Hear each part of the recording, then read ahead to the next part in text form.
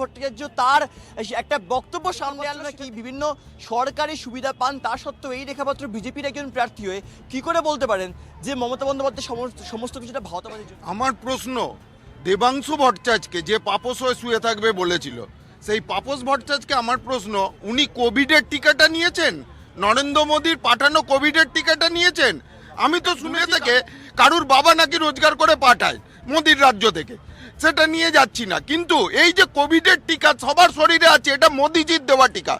মোদিজি বিনা পয়সায় আজকে গত 7 বছর ধরে বিনা পয়সায় রেশনের চাল দিচ্ছে, সেটা মমতা বন্দ্যোপাধ্যায় এবং এই দেবাংশু যত পাপোস আছে, ডাস্টার আছে, সবাই মিলে বা স্কোয়ার ফুট আছে, সবাই মিলে চুরি করছে।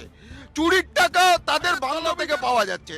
এরা শুধু চোর আর টুকলি প্রকল্প।